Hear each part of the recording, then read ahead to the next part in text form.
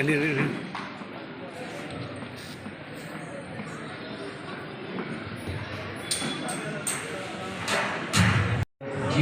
ಸಭೆಗಳು 6 ಸಭೆಗಳಾಗಿ ಮಾಡಲ್ಪಟ್ಟಿದೆ ಮತ್ತು ಮುಂದಿನ ಮಾನಗಳಲ್ಲಿ ಸುಮಾರು ಸಭೆಗಳನ್ನು ದೇವರು ಭವಿಷ್ಯದಲ್ಲಿ ಮಾಡ್ತಾರೆ ಎಂಬುದಾಗಿ ನಾನು ನಂಬ್ತಾ ಇದ್ದೇನೆ. ಕರ್ತನು ಕರ್ತನಿಂದ ಈ ಯೇಸು ಕೊಡುತ್ತಾನೆ ಸೇವೆಯಲ್ಲಿ ಒಂದು ದೊಡ್ಡ ಆಶೀರ್ವಾದಗಳನ್ನು ಕರ್ತನು ಇಟ್ಟು ನಡೆಸ್ತಾರೆ ಎಂಬುದಾಗಿ ನಾನು ನಂಬಿದ್ದೇನೆ. ಅದರಿಂದ ನಮ್ಮ ಸೇವೆಗೋಸ್ಕರ ಮತ್ತು ಸೇವೆ ಮಾಡುವಂಥ ಎಲ್ಲ ಸಭಾಪಾಲಕರಿಗೋಸ್ಕರ ನೀವು ಪ್ರಾರ್ಥನೆ ಮಾಡಿ ದೇವರು ಆಶೀರ್ವಾದ ಕಾರ್ಯಗಳನ್ನು ನಿಮಗೂ ನಿಮ್ಮ ಕುಟುಂಬಗಳಿಗೂ ಖಂಡಿತವಾಗಲೂ ಕೊಡ್ತಾರೆ ಎಂಬುದಾಗಿ ನಾನು ನಂಬಿಕೆಯಿಂದ ನಾನು ಬಯಸ್ತೇನೆ. ಆಶೀರ್ವಾದ ಕರ್ತನು ನಿಮಗೆ ಕೊಡ್ತಾರೆ ಎಂಬುದಾಗಿ ನಾನು ನಂಬ್ತಾ ಇದ್ದೇನೆ. ಅದರಿಂದ ದೇವರ ಕೃಪೆ ನಿರಂತರವಾಗಲು ಸೋತು ಹೋಗದೆ ನೀವೆಲ್ಲರೂ ಸಹ ಈ ಮಿನಿಸ್ಟ್ರಿಗೋಸ್ಕರ ಪ್ರಾರ್ಥನೆ ಮಾಡಿ ಭವಿಷ್ಯತ್ತಿನಲ್ಲಿ ನಿಮಗೆ ಆಸಕ್ತಿ ಇದ್ದರೆ ಮಿನಿಸ್ಟ್ರಿಗೂ ಸಹ ನೀವು ಸ್ಪಾನ್ಸರ್ ಮಾಡ್ಬೋದು. ಇನ್ನೂ ಅನೇಕ ಕಾರ್ಯಕ್ರಮಗಳನ್ನು ನಾವು ಮಾಡಿಕೊಳ್ತಾ ಇದ್ದೀವಿ. 6 ಸಭೆಗಳಲ್ಲದೆ ಮತ್ತು ಇದೇ ಸ್ಥಳದಲ್ಲಿ ಪ್ರತಿ ತಿಂಗಳು ರಿವೈವಲ್ ಮೀಟಿಂಗ್ನ ಮಾಡ್ತಾ ಇದ್ದೀವಿ. ಅನೇಕ ಸಭೆಗಳನ್ನು ಅನೇಕ ವಿಶ್ವಾಸಗಳನ್ನ ಬಲಪಡಿಸೋದಾಗಿ ತಿಂಗಳು ಒಂದ್ಸತಿ ಇದೇ ಸ್ಥಳದಲ್ಲಿ ವೃದ್ಧಾಶ್ರಮದಲ್ಲಿ ಉಜ್ಜೀವನ ಕೂಟಗಳನ್ನು ಇದನ್ನ ನಾವು ಪ್ರತಿ ವರ್ಷ ಡಿಫ್ರೆಂಟ್ ಲೈವ್ ಕ್ರಿಸ್ಮಸ್ ಅಂತ ಆಚರಣೆ ಮಾಡ್ತಾ ಇದ್ವಿ. ಇದು ವರ್ಷಕ್ಕೊಂದ್ಸತಿ ಮಾಡ್ತೀವಿ. ಯೇಸು ಕ್ರಿಸ್ತನ ಜನನವನ್ನ ಜನರಿಗೆಲ್ಲರಿಗೂ ತಿಳಿಸ್ಬೇಕನ್ನುವಂಥ ಒಂದು ಉದ್ದೇಶದಿಂದ ಜನರಿಗೆ ಯೇಸು ಸ್ವಾಮಿ ಬಂದಂಥ ಉದ್ದೇಶ, ಅವರ ಜೀವನ ಶೈಲಿಯನ್ನ ತಿಳಿಸಿ ಜನರಿಗೆ ಒಳ್ಳೆಯ ಆಲೋಚನೆಗಳನ್ನ ಒಳ್ಳೆ ಮಾರ್ಗದರ್ಶನ ಕೊಡೋಣ ಅನ್ನೋ ಉದ್ದೇಶದಿಂದ ಈ ಡಿಫ್ರೆಂಟ್ ಲೈವ್ ಕ್ರಿಸ್ಮಸ್ ಪ್ರೋಗ್ರಾಮ್ನ ಮಾಡ್ತಾ ಇದ್ದೀವಿ. ಸರ್, ಇವತ್ತು ಏನೇನು ವಿಶೇಷ ಕಾರ್ಯಕ್ರಮ? ಇವತ್ತು ಕಾರ್ಯಕ್ರಮದಲ್ಲಿ ವಿಶೇಷವಾಗಿ ನಾವು ಡ್ಯಾನ್ಸ್, ಮಕ್ಕಳು ಡ್ಯಾನ್ಸು ಮತ್ತು ದೇವರನ್ನ ಆರಾಧನೆ ಮಾಡುವಂಥ ಮತ್ತು ಸತ್ಯವೇದದ ಕುರಿತಾಗಿರುವಂತಹ ಕೆಲವು ಪ್ರವಚನಗಳನ್ನ ಜನರಿಗೆ ತಿಳಿಸೋದಕ್ಕಾಗಿ ಮುಖ್ಯವಾಗಿ ಹಮ್ಮಿಕೊಂಡಿದ್ದೀವಿ.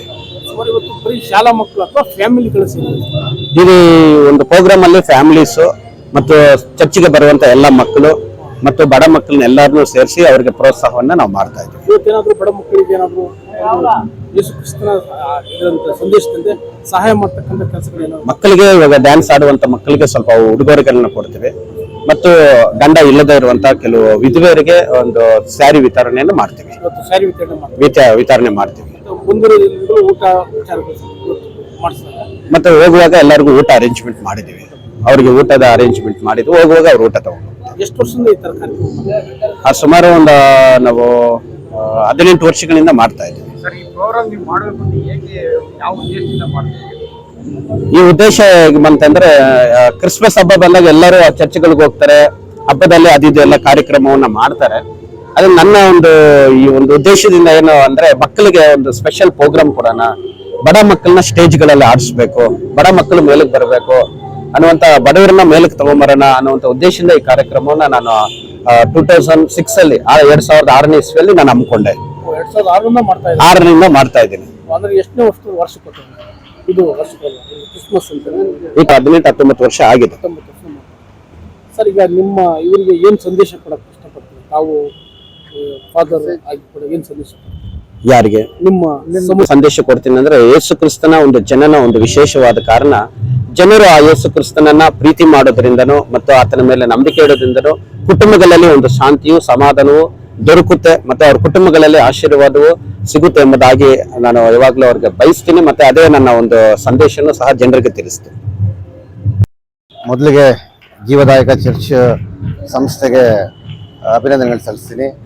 ವರ್ಷ ಜೊತೆ ಈ ವರ್ಷ ಕೂಡ ಬಹಳ ಅದ್ದೂರಿಯಾಗಿ ಕ್ರಿಸ್ಮಸ್ ಸೆಲೆಬ್ರೇಷನ್ಸ್ ಡಿಫ್ರೆಂಟ್ ಲೈವ್ಸ್ ಅಂತ ಹೇಳಿ ಕಾರ್ಯಕ್ರಮನ ಮಾಡ್ತಾ ಇದ್ದಾರೆ.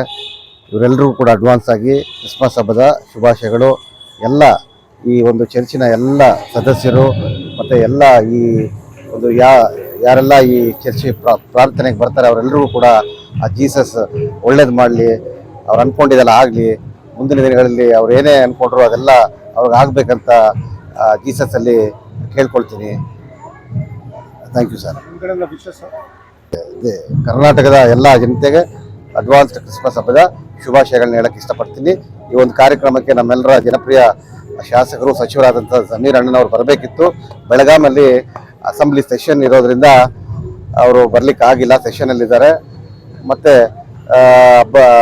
ಈ ಒಂದು ಸೆಷನ್ ಮುಗಿದ ನಂತರ ಇವರು ಬಂದು ಭೇಟಿ ಮಾಡ್ತೀನಿ ಅಂತ ಹೇಳಿದ್ದಾರೆ. ಅವ್ರಿಗೂ ಕೂಡ ಕ್ರಿಸ್ಮಸ್ ಹಬ್ಬದ ಶುಭಾಶಯಗಳು ಹೇಳ್ತೀನಿ. ಜೈ ಹಿಂದ್, ಜೈ ಕರ್ನಾಟಕ ಮಾತು.